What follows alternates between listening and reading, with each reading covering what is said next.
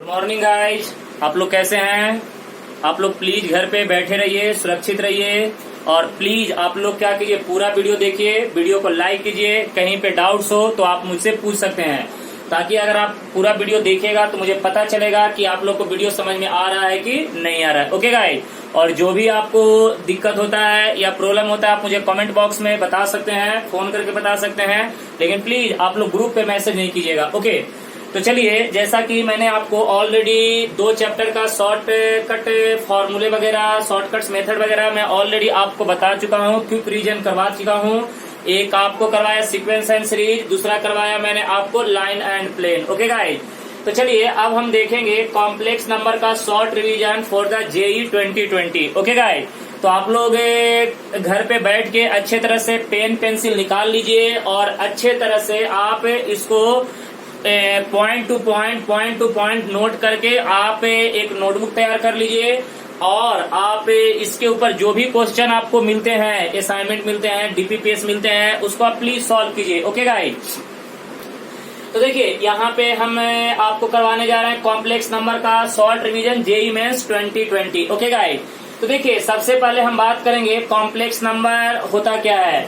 देखिए complex number का form होता है a प्लस आयोटा बी। ए क्या है आपका रियल पार्ट, बी क्या है आपका imaginary part. It is the form of real part and imaginary part. It is the form of real part and imaginary part. तो किसी भी कॉम्प्लेक्स नंबर में टोटल कितने पार्ट होते हैं? 2 पार्ट। एक का नाम होता है रियल पार्ट, दूसरे का नाम होता है इमेजिनरी पार्ट। ओके गाइस, तो देखिए यहाँ पे रियल पार्ट को शॉर्ट में बोलते हैं REZ।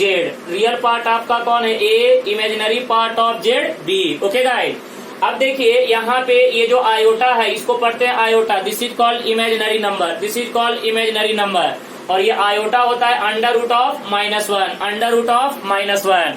उसके बाद देखिएगा यहाँ पे एक वेरी इंपॉर्टेंट आपको एक प्रॉपर्टी में बताया हूँ, under root of -a into under root of -b is equal to minus of क्या हो जाएगा? Under root of ab। और यहाँ पे याद रखिएगा कि a b belongs to any real number.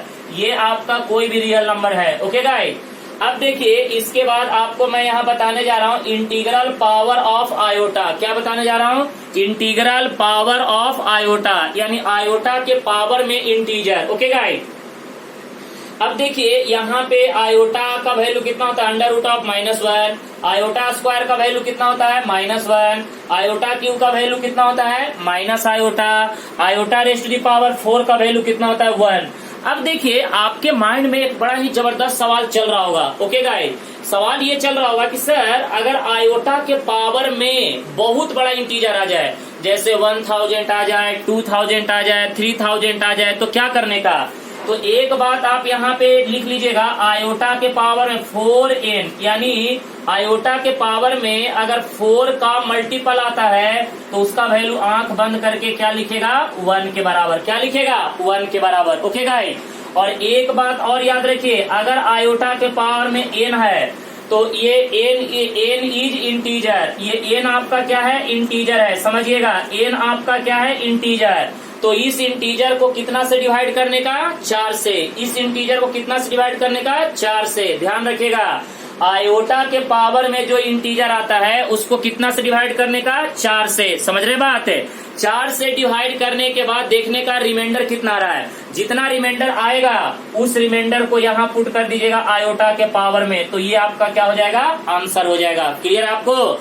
तो अगर आपको आयोटा के पावर बहुत बड़े बड़े इंटीजर आते हैं तो उस इंटीजर को कितने से डिवाइड करने का? 4 से। ओके गाइस, और 4 से डिवाइड करने के बाद देखने का कि रिमाइंडर कितना आ रहा है, तो जो रिमाइंडर आएगा वही उसका क्या होगा? आंसर होगा। आयोटा के पावर में रिमाइंडर पुट कर दीजिएगा, आपका आंसर तैयार होगा। और देखिए एक ट्रिक्स आपको बता रहा हूँ कि अगर आयोटा के पावर में इंटीजर आता है तो लास्ट के सिर्फ 2 डिजिट को 4 से डिवाइड कीजिए, बाकी पूरे को मत कीजिए। सिर्फ लास्ट के 2 डिजिट को 4 से डिवाइड करके देखिए कि उसका रिमाइंडर कितना आ रहा है। लास्ट के 2 डिजिट को, जैसे मान लेते हैं कि आपको आयोटा के पावर में 3, 2, 8, 5, 6, 7, 9, 8, 4, 3 इतना बड़ा इंटीजर देता है, तो आपको 4 से डिवाइड करने में ही टाइम चला जाएगा। आपको करना कुछ नहीं है, सिर्फ लास्ट के 2 डिजिट को 4 से डिवाइड करके देखना है कि इसका रिमाइंडर कितना आएगा। तो अगर आप 43 को अगर 4 से डिवाइड करिएगा तो बता सकते हैं रिमाइंडर कितना आएगा। सिंपल 3 आएगा। इसका रिमाइंडर कितना आएगा 3। तो यहाँ पे आप डायरेक्ट इसका आंसर क्या लिखेंगे, आयोटा के पावर में 3। और आयोटा के पावर में 3 का कीमत कितना होता है, माइनस आयोटा। तो आंसर कितना हो जाएगा, माइनस आयोटा। ये आपका हो जाएगा आंसर। समझ में आ रहा है। तो इस तरह से आप बहुत बड़े बड़े आयोटा के पावर में इंटीजर के सवाल को आप लोग क्या कर सकते हैं, सॉल्व कर सकते हैं। चलो रे गधे लोग, बोर्ड पे ध्यान दो, इधर इधर इधर इधर ध्यान दो, समझ में आएगा। बहुत इंपॉर्टेंट टॉपिक चल रहा है। तो आप लोग को ये समझ में आ गया, आयोटा के पावर में अगर बहुत बड़ा इंटीजर आता है तो कितना से डिवाइड करने का, 4 से डिवाइड करने का। और वो 4 से पूरे इंटीजर को नहीं, सिर्फ लास्ट के 2 डिजिट को 4 से डिवाइड करने का। समझ रहे बात है। और 4 से डिवाइड करने के बाद जो रिमाइंडर आएगा वो रिमाइंडर कहाँ पे डालने का, आयोटा के पावर में। आंसर हो जाएगा। क्लियर है।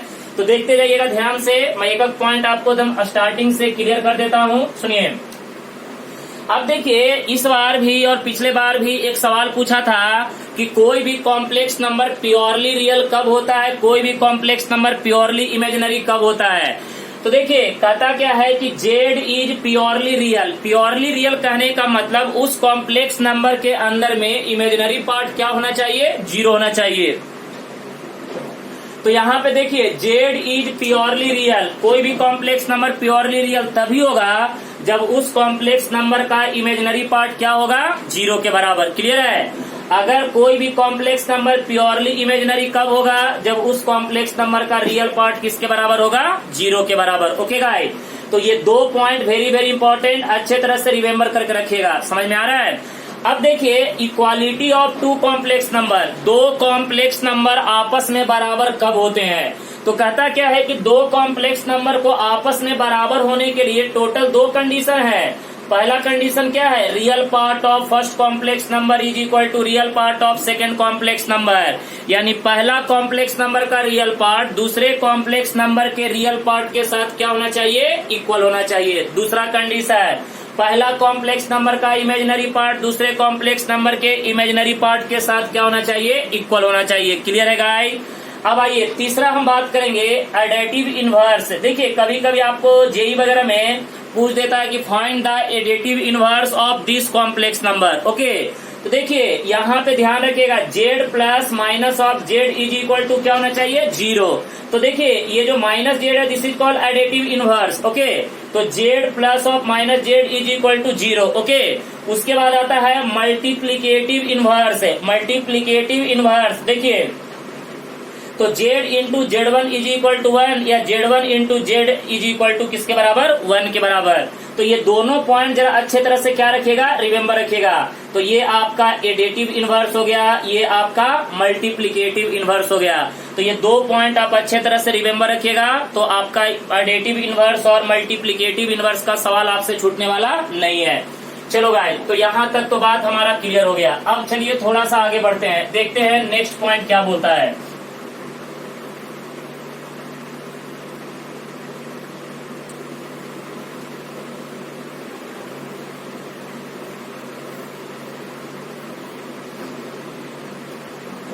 देखिए, नेक्स्ट अब हम बात करेंगे कॉन्जुगेट ऑफ कॉम्प्लेक्स नंबर। देखो यहाँ पे कॉन्जुगेट ऑफ कॉम्प्लेक्स नंबर, ध्यान से देखिएगा। Conjugate of complex number, conjugate of complex number.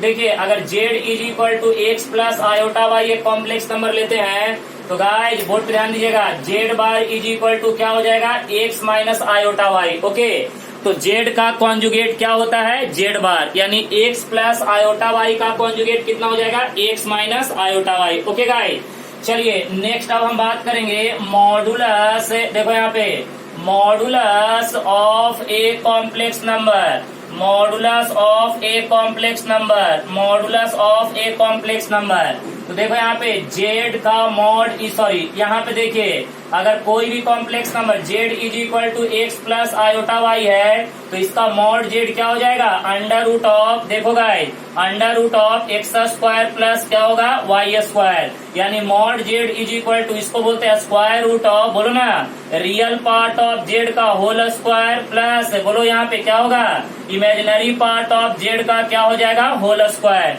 तो ये आपका हो गया modulus of a complex number. समझ में आ रहा है? तो ये आपका हो गया modulus of a complex number. Clear?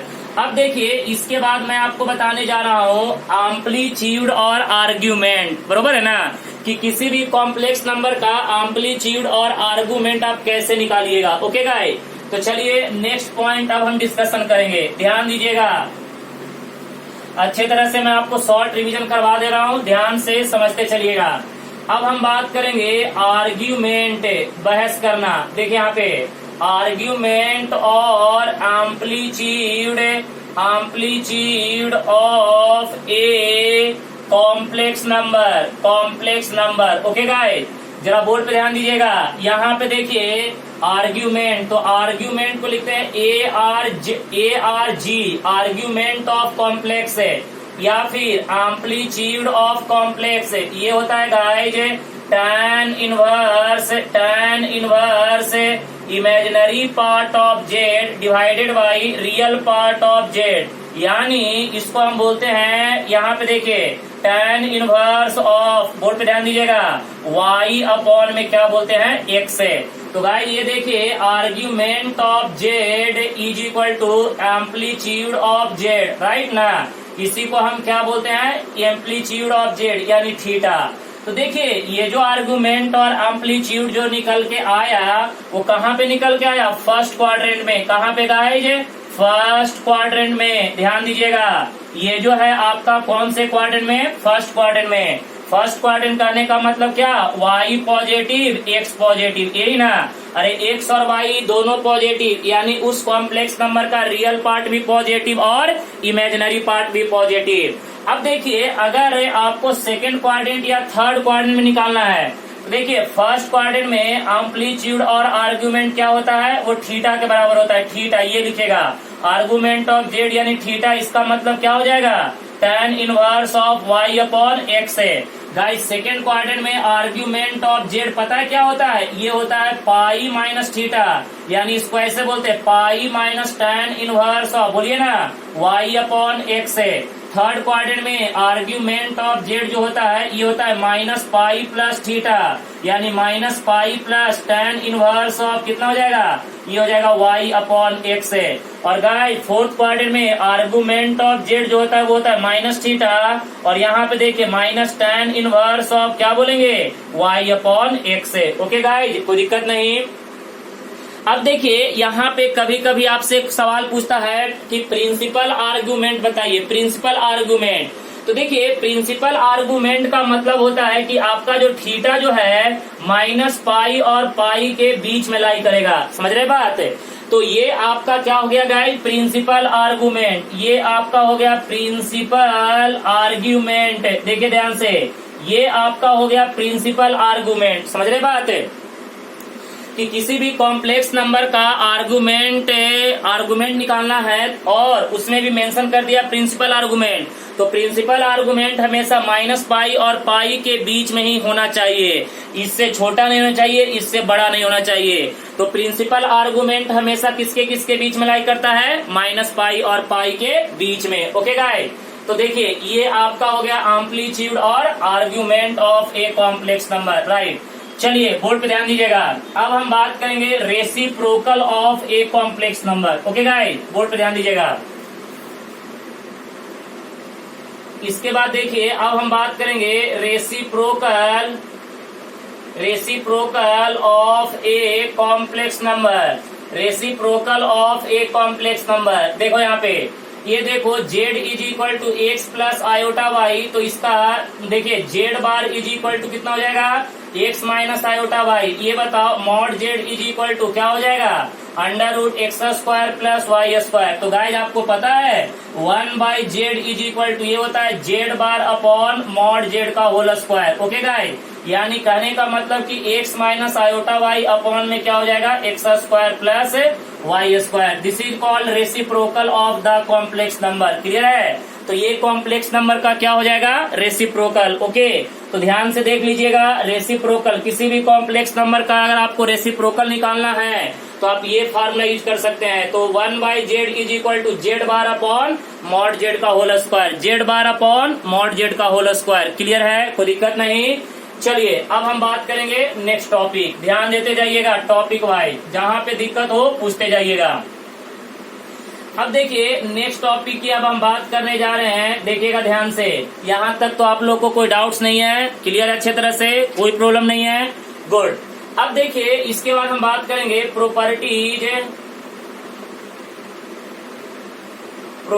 Of conjugate. Board पे ध्यान देना गाइस, प्रॉपर्टीज ऑफ कॉन्जुगेट, ध्यान से देखना यहाँ पे प्रॉपर्टीज ऑफ कॉन्जुगेट।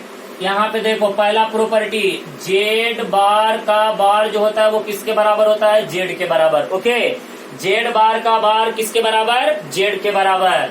नंबर 2 में देखो गाइस, नंबर 2 में बोर्ड पे ध्यान देना अच्छे तरह से, ध्यान दे रहे सब लोग। अब जरा ध्यान दीजिएगा, यहाँ पे देखिए कि जेड बार का बार किसके बराबर, जेड के बराबर। जेड इंटू जेड बार जो होता है वो किसके बराबर होता है, मॉड जेड के स्क्वायर के बराबर होता है। जेड इंटू जेड बार जो होता है वो किसके बराबर होता है, मॉड जेड का होल स्क्वायर। नंबर 3 में देखिएगा, नंबर 3 में यहाँ पे समझते चलिएगा, यहाँ पे देखिए Z1 प्लस Z2 का बार जो होता है वो किसके बराबर होगा, Z1 का बार प्लस Z2 का बार। नंबर 4 में देखिएगा, यहाँ पे Z1 माइनस Z2 का बार जो होगा किसके बराबर, Z1 बार माइनस Z2 बार। नंबर 5 में देखिएगा, Z1 इंटू Z2 बार जो होगा किसके बराबर, Z1 का बार इंटू Z2 का बार। नंबर 6 में देखिएगा, यहाँ पे Z1 बाई Z2 पूरे होल बार जो होगा किसके बराबर, Z1 बार डिवाइडेड बाई कितना, Z2 बार। क्लियर है। नंबर 7 में देखिएगा, ये देखो guys, Z plus z bar is equal to, सुनो यहाँ पे, z plus z bar is equal to, z plus z bar is equal to, इसे क्या बोलते हैं, 2 times of real part of z. Number 8 में देखो गाइस, नंबर 8 में z minus z bar is equal to 2 iota imaginary part of z. समझ में आ रहा है। उसके बाद आ जाओ 9th नंबर में, 9th नंबर बोर्ड पे ध्यान देना, यहाँ पे देखो z is equal to z bar. अरे वाह, यानी किसी भी कॉम्प्लेक्स नंबर और उसका कॉन्जुगेट आपस में बराबर कब होंगे, ये बात सुन लीजिए कि कॉम्प्लेक्स नंबर और उसका कॉन्जुगेट आपस में बराबर कब होंगे, तो बोलता है कि ये दोनों आपस में बराबर तभी होंगे जब z is purely real, z is purely real complex number.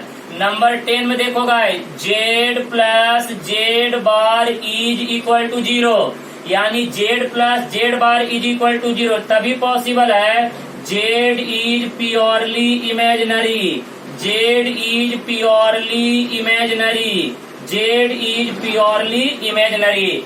तो देखिए ये आपको मैंने क्या बोले, properties of conjugate, complex number के कॉन्जुगेट के हमने आपको 10 प्रॉपर्टी बताई। क्लियर है गाइस, यहाँ तक तो कोई दिक्कत नहीं है, अच्छे तरह समझ में आ रहा है।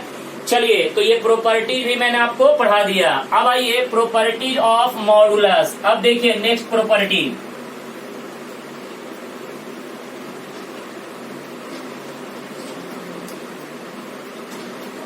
अब यहाँ पे देखिएगा प्रॉपर्टीज ऑफ मॉडुलस, बोर्ड पे ध्यान दीजिएगा, प्रॉपर्टीज ऑफ मॉडुलस है, प्रॉपर्टीज ऑफ मॉडुलस है, बोर्ड पे ध्यान दीजिएगा, प्रॉपर्टीज ऑफ मॉडुलस है।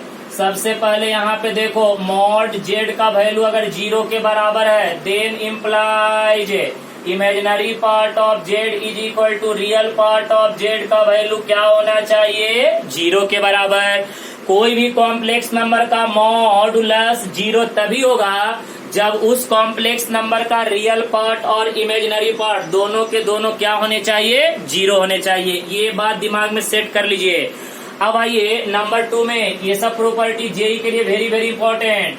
जेड का mod is equal to minus z का mod is equal to z bar का मॉड, ये तीनों आपस में बराबर होता है, ध्यान रखिएगा।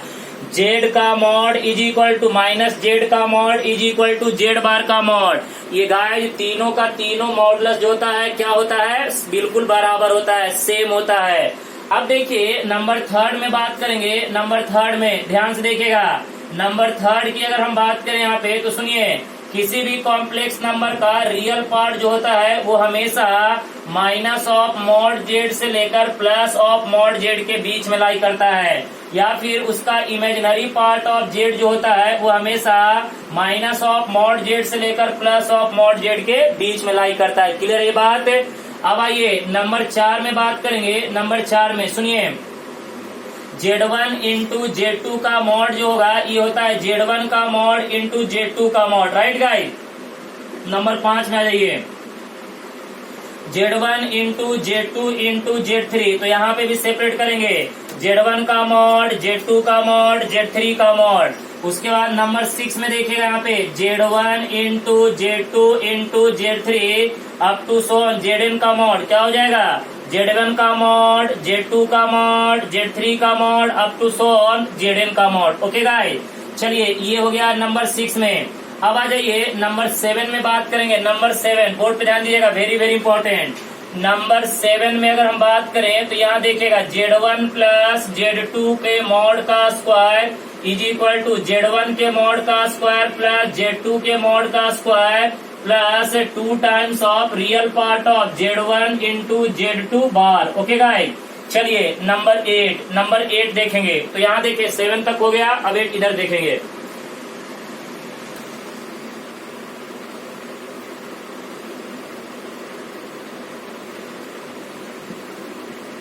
अब देखिए इसी का एक और फार्मूला है, ये इम्पोर्टेंट है, इसका एक और फार्मूला याद रखिएगा। यहाँ पे Z1 के मॉड का स्क्वायर प्लस Z2 के मॉड का square plus 2 times of Z1 का मॉड इंटू Z2 का mod into cos of θ1 minus θ2। Very very important. θ1 आपका क्या याद रखिएगा, argument of first complex number, और θ2 क्या है, आर्ग्यूमेंट ऑफ क्या हो जाएगा, second complex number. Okay guys, argument of first complex number, argument of second complex number. ये हो गया प्रॉपर्टी नंबर 8। अब आइए प्रॉपर्टी नंबर 9 पे आते हैं, ध्यान दीजिएगा। प्रॉपर्टी नंबर 9, यहाँ पे Z1 माइनस Z2 के मॉड का स्क्वायर क्या होता है, Z1 के मॉड का स्क्वायर प्लस Z2 के मॉड का square minus 2 times of real part of Z1 into Z2 बार। इसका दूसरा फार्मूला देखेंगे, वेरी वेरी इंपॉर्टेंट। Z1 के मॉड का स्क्वायर प्लस Z2 के मॉड का square minus 2 times of Z1 का मॉड इंटू Z2 का मॉड इंटू कॉस ऑफ क्या हो जाएगा, θ1 माइनस θ2। ओके गाइस, चलिए नंबर 10 में अब देखिए 8 और 9 दोनों को ऐड कर दीजिए। Z1 प्लस Z2 के मॉड का स्क्वायर प्लस यहाँ पे Z1 माइनस Z2 के मॉड का square is equal to 2 times of Z1 के मॉड का स्क्वायर प्लस Z2 के मॉड का स्क्वायर। ओके, अब आ जाइए नेक्स्ट प्रॉपर्टी 11th नंबर। यहाँ पे देखिए A Z1 plus B Z2 के मॉड का स्क्वायर प्लस यहाँ पे देखिए B Z1 minus A Z2 के मॉड का स्क्वायर इज इक्वल टू ये होता है A square plus B square another bracket Z1 के मॉड का स्क्वायर प्लस Z2 के मॉड का स्क्वायर। ओके गाइस, तो ये आपके टोटल कितने प्रॉपर्टी हो गए, 11 प्रॉपर्टी हो गए। किसके बेटे, मॉडुलस के। ओके, तो ये आपके मॉडुलस के कुछ प्रॉपर्टी हो गए हैं, इसको ध्यान रखिएगा क्योंकि इसका यूज करके भी हम सवाल सॉल्व कर सकते हैं। अब देखिए इसमें एक और आप ऐड कर सकते हैं, जैसे देखिए मॉड जेड का square is equal to z into z bar. देखिए ये आपके लिए नया नहीं है, बुक वगैरह में इसको भी डाल दिया जाता है कि मॉड जेड का square is equal to z into z bar. तो ये ऑलरेडी आप कहाँ पे, कॉन्जुगेट में देख चुके हैं। इसका मतलब है कि आपके लिए ये बिल्कुल नया नहीं है, वो पहले जैसा ही है। ओके, समझ में आ रहा है, कोई दिक्कत नहीं। चलिए अब हम नेक्स्ट बात करेंगे।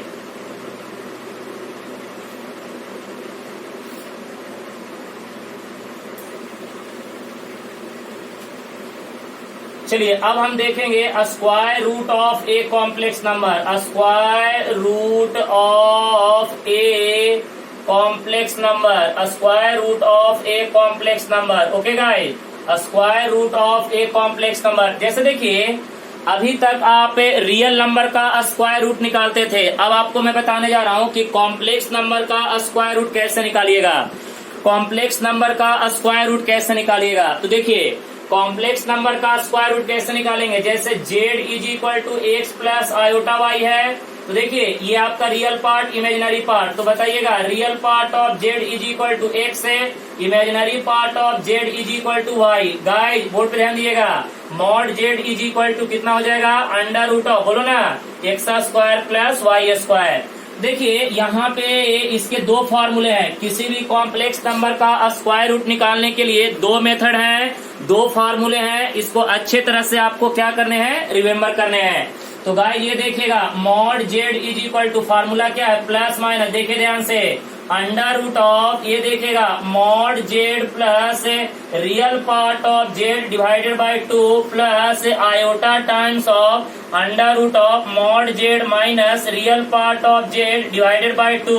गाइस ये कब यूज करना है, सुनिए ध्यान से, जब imaginary part of Z greater than 0। अरे समझ में आ रहा है रे तुम लोग को? तो देखो, किसी भी कॉम्प्लेक्स नंबर का अगर तुमको स्क्वायर रूट निकालना है तो सबसे पहले ये देखना है कि उस कॉम्प्लेक्स नंबर का इमेजिनरी पार्ट पॉजिटिव है या निगेटिव है। अगर पॉजिटिव है तो ये वाला फॉर्मूला यूज कर लेंगे। अब आइए नंबर 2 में बात करेंगे, mod Z is equal to plus minus, यहाँ पे देखिएगा square root of mod Z plus real part of Z divided by कितना 2 minus iota square root of, ये बताइएगा, बोलिए ना, यहाँ पे mod Z minus real part of Z divided by कितना हो जाएगा 2। ओके गाइस, तो ये हो जाएगा imaginary part of Z less than 0। समझ में आ रहा है? तो देखिए यहाँ पे इमेजिनरी पार्ट ग्रेटर देन 0 तो ऊपर वाला formula, imaginary part less than 0 तो नीचे वाला फॉर्मूला। यानी अब सुन लीजिए, तो आज के बाद आप किसी भी कॉम्प्लेक्स नंबर का स्क्वायर रूट निकाल सकते हैं, कोई दिक्कत वाली बात नहीं है। क्लियर है? कोई प्रॉब्लम नहीं है ना? तो किसी भी कॉम्प्लेक्स, लेकिन ध्यान रहे, पहले चेक कर लीजिएगा कि उस कॉम्प्लेक्स नंबर का इमेजिनरी पार्ट का जो साइन है वो पॉजिटिव है या निगेटिव है। अगर पॉजिटिव है तो ऊपर वाला, निगेटिव है तो नीचे वाला, पॉजिटिव है तो ऊपर वाला, निगेटिव है तो नीचे वाला। अब देखिए गाइस, इसके बाद हम नेक्स्ट पॉइंट डिस्कशन करने जा रहे हैं जिसका नाम है यूलर थ्योरम। देखिए ध्यान से, अब आ जाइए, एक नेक्स्ट पॉइंट डिस्कशन करेंगे जिसका नाम क्या है, यूलर थ्योरम, राइट ना, यूलर थ्योरम। देखिए यूलर थ्योरम क्या बोलता है, सबसे पहले नंबर 1, ई के पावर में iota theta is equal to क्या होता है, cos theta plus iota sine theta. याद रखिएगा, e raise to the power iota theta is equal to cos theta plus iota sine theta. Number 2 में ई के power में minus iota theta is equal to क्या होता है, cos theta minus iota sine theta. Okay guys, क्या कीजिए, दोनों को ऐड कीजिए, ई के पावर में आयोटा थीटा प्लस ई के पावर में माइनस आयोटा थीटा। तो देखिए यहाँ पे cos theta plus iota sine theta plus यहाँ पे कॉस थीटा माइनस क्या होगा, आयोटा साइन थीटा। आवाज नहीं करो, ई के पावर में आयोटा थीटा प्लस ई के पावर में minus iota theta is equal to 2 cos theta. तो यहाँ से देखिए cos theta is equal to e के पावर में आयोटा थीटा प्लस ई के पावर में minus iota theta divided by 2। तो गाइस ये आपका निकल गया किसका वैल्यू, कॉस थीटा का। समझ में आ रहा है ना? उसके बाद देखिए यहाँ पे देखिए, दोनों को अगर सब्ट्रैक्ट कीजिएगा तो क्या निकलेगा बताइए, दोनों को माइनस कीजिए, ई के पावर में आयोटा थीटा माइनस ई के पावर में माइनस आयोटा थीटा, ये हो जाएगा cos theta plus iota sine theta minus cos theta plus कितना हो जाएगा, iota sine theta. Okay guys, ये माइनस और ये प्लस कट जाएगा। देखिए ई के पावर में आयोटा थीटा माइनस ई के पावर में minus iota theta is equal to 2 iota कितना, साइन थीटा। अगर यहाँ से साइन थीटा का वैल्यू निकालना है, ई के पावर में आयोटा थीटा माइनस ई के पावर में माइनस आयोटा थीटा अपॉन में 2 आयोटा। तो गाइस ये दोनों रिजल्ट बड़ा ही जबरदस्त रिजल्ट है। देखिए बहुत सारे जो कोऑर्डिनेट ज्योमेट्री के जो सवाल हैं, ये दोनों का यूज करके भी सवाल को सॉल्व किया जाता है। तो देखिए यूलर ने 2 थ्योरम दिया था, ई के पावर में iota theta is equal to cos theta plus iota sine theta, और ई के पावर में minus iota theta is equal to क्या होता है, cos theta minus iota sine theta. हमने दोनों को ऐड कर दिया तो कॉस निकल गया, दोनों को सब्ट्रैक्ट कर दिया तो साइन निकल गया। क्लियर है गाइस? तो यहाँ तक ठीक है, आप लोग को कोई दिक्कत तो नहीं है? तो देखिए प्लीज आप लोग को जो भी डाउट आता है वो प्लीज पूछ लिया कीजिए, और वीडियो पूरा देखा कीजिए और अच्छे तरह से देखिए, और जो भी दिक्कत है वो मेरे से पूछ सकते हैं। ओके।